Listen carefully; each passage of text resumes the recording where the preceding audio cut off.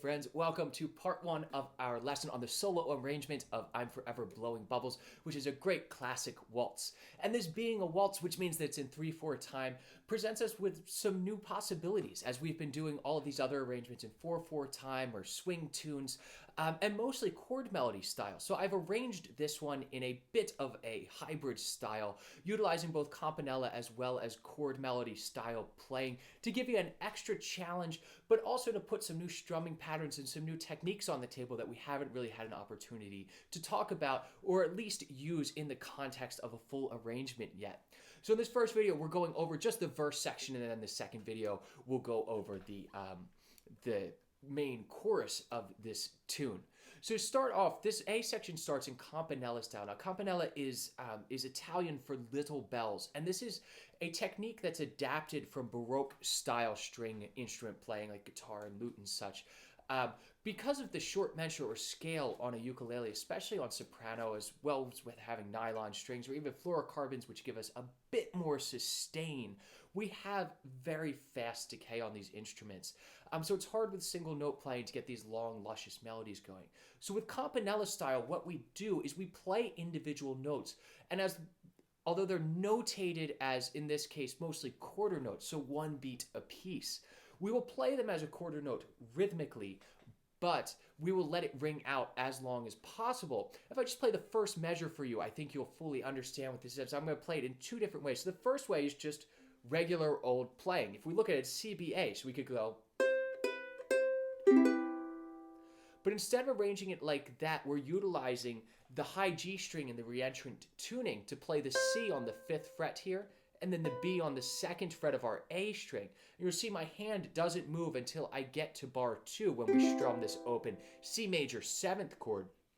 And I let the 5th fret and the 2nd fret ring out against each other to create this more sonorous sort of sound. If you just listen to that, you can hear these still ringing.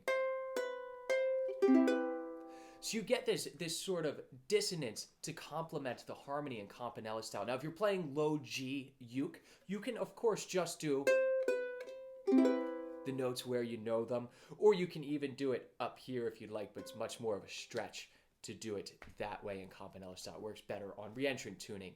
But if you're having any trouble with low G adapting this, please just shoot me a message and I'll help you out with getting this over to low G.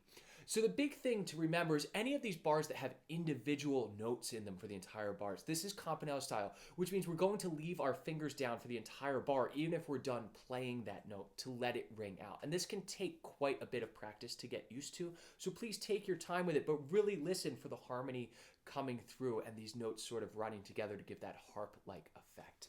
So bar 1, we're going 5, 2, 5, between the G and the A string, and then we're just resolving to a C major 7th chord, open, open, open, 2, and I have a roll on this, and I just use my thumb for the vast majority of the verse, so we do sort of a slow strum to arpeggiate this. Now, in bar 2, we're going to introduce a strumming pattern that's really going to be the basis for the strumming throughout this tune, and this is a fun little waltz pattern that I actually learned from one of Roy Smeck's method books. In the back of there, in his method book, he has 100 different strums for ukulele, and this is one of them. So what we'll be doing is we'll do thumb, thumb, up, down. So it's going to look like this, very slow. It's going to be... So we're going to go down with our thumb again, but then immediately up with our first finger, and down with the first finger. And this is giving us a sort of odd accent on beat 3. Usually in a waltz, beat 1 would be accented. But in this case, we're going to accent beat 3, which will propel us a little bit more to the next measure. So the first two measures together will sound like this. And the key to all of the strumming, especially in this first section, till we get the B of the chorus section, is really keeping the dynamics very low. Since we're going back and forth between finger picking and strumming, strumming is inherently going to be louder. So we need to be very delicate with our strumming and very light so that these melodic notes, the individual notes, still really just ring out. You'll see that I pluck them a little bit harder and then strum very lightly. those last 3 strum notes should be very light because that's just our accompaniment to the melody. Moving on to bar 3, we're going just down to a C6th chord, but again, campanella style. So we're going to play the 4th fret of our G string and then the A string against it. And then we're going to resolve with our thumb strum to an open C6 chord, just all open. And we're just going to strum that 3 beats, again, very lightly. So the first 4 bars will sound like this.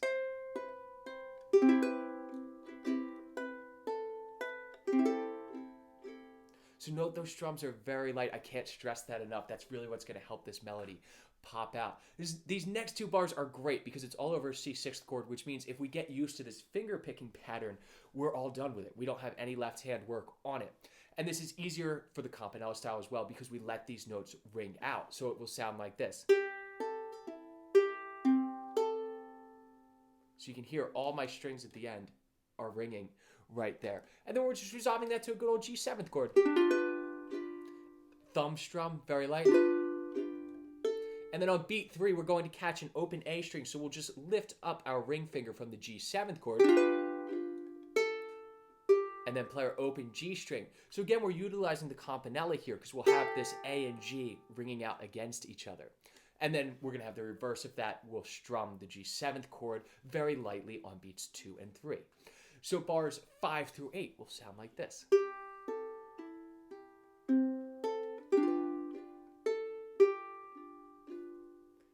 So you can hear, even though I'm strumming through, all these strings are still ringing, and that's the key.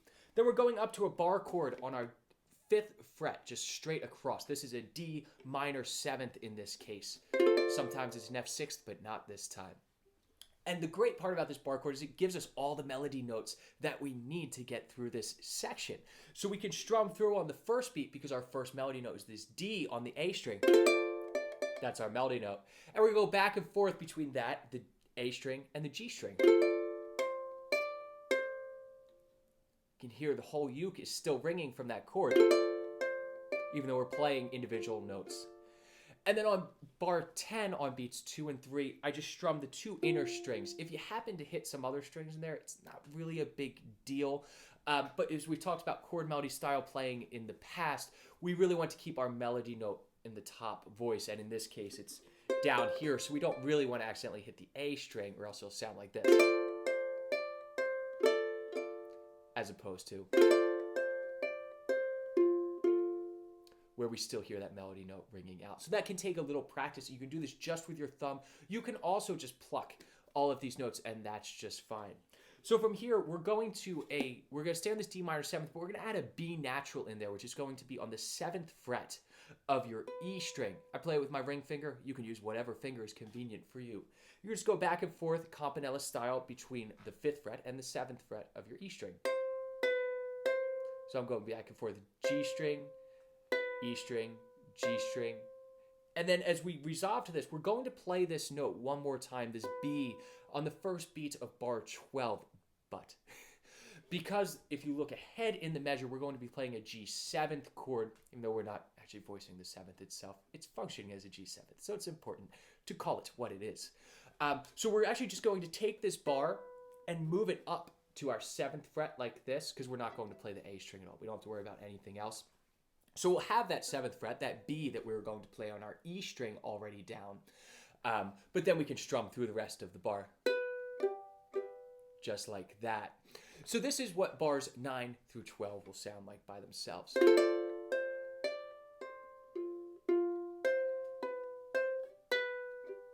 So just note that movement. Make sure you're doing it on right after beat 3 and not after beat 1 so that you're rushing to get to that. And also this lets us keep that 7th fret ringing out the entire time, keeping that meshed style of campanella, which is so important to this arrangement. And then what we're going to do is we're going to lift this up, but we're going to put our ring finger, or really whatever finger you want, it doesn't matter too much, back on that B on the 7th fret of our E string. And you'll see if you look at the notation that our melodic line is do da do do da do. So we can play it right there. But in campanella style, we can come down. So we're just going to roll. We're going to play our A string, our E string, our G string 2 times in a row.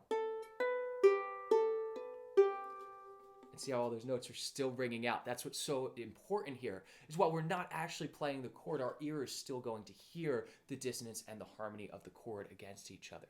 And then we're resolving down to a C major chord. And on beat 1, as we go through this, note that this is X'd out. This C on our A string, that's going to be a muted note, but you want to fret this and just lift up the pressure a little bit. So it's a dead note here, so you can still strum through it without worrying. And then we'll just put the pressure back down on beat 2, and this is the same strumming pattern that we had in bar 2, that 3/4 waltz time. So it'll be thumb, thumb, up, down, like that. And then as we go on to bar 16, this is a very just like classic campanella style C major scale sort of thing. In campanella style, when we're unable to play 2 consecutive notes on different strings, which is our ultimate goal, but in this case, we're playing a C and a D. And the problem here is that there are only 2 places to play C. There is only one place, on this uke to play a low C and D, and that's on your C string. So to smooth things out, we'll use a hammer-on for this, or slur the note, instead of playing it on a different string. So this next bar will sound like this. So you can hear everything ringing out. So if you go back to our C major scale exercises that we did a couple months ago, you'll note that this lick right here is just in our C major scale in campanella style. So this is something, if you've been with me on Patreon for a while, that you've done. If you haven't gotten to those exercises yet, let me know and I'll send them over to you. Next, we're going over to an E7th chord, but we don't actually have to worry about voicing the chord because this is all individual notes. We have these 4 E's in a row. Now, there's only 2 places we can play an E. We have an open E string, and we have the 4th fret of our C string. So we're going to alternate between them. Same notes, but you'll note that they're just a little bit out of tune because one's fretted and one's open, and no uke is absolutely perfect or 100% in tune. And that slight chorus effect is part of campanella that gives us our differentiation between our notes and lets them fight each other, but it's even more beautiful when we get to resolve that. So we're going to go back and forth between these 2 E's, and then we're going to go up to an F sharp on the 2nd fret of our E string, and then the G sharp on the 1st fret of our G string. So it's going to end up with this voicing here, and all these notes hanging out. So these 2 bars here will sound like this. So you can hear the notes still ringing out there. Pretty easy hand position for this one. We're kind of slowly building up an E7th chord here. And then we're resolving that to an A minor chord, but we're going to play the melody note is a B right here. So you'll voice your A minor chord like this. Now you could do it the same as a C major 7th. This would be an A minor 7th with an added 9th. But I like to have the root in there. So I use my first finger to play the A on the 2nd fret of my G string. Open, open, 2, because that's our melody note. And you'll note this strumming pattern right here, this is identical to what we've already done on that waltz strum. I've tried to keep it consistent throughout so that we have some stability going on this piece. On the 2nd bar, we're just going to lift up that B and play an open A, and we can just play an open A minor 7th chord like that with the same exact strumming pattern.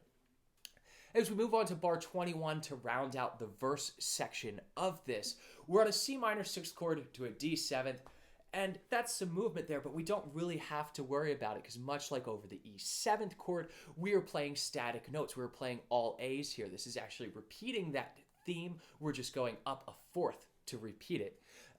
So we're going to do this by starting on the 5th fret of our E string. That's our A. You could, alternatively, you could do the 2nd fret of your G string, and then we have our open A. So we actually have 3 possibilities for this A. We can also play it up here on the C string, but that's a bit of a stretch. So we're going to play that 4 times. So 5th fret, open, 5th fret, open, and then we'll move up. We'll just slide that ring finger that we're playing the A with up to the B that we were playing on the 7th fret of our E string previously. And then as we get to the 5th fret of our G string on beat 3 here, we can just lay down a full bar because we're going to a D minor 7th chord.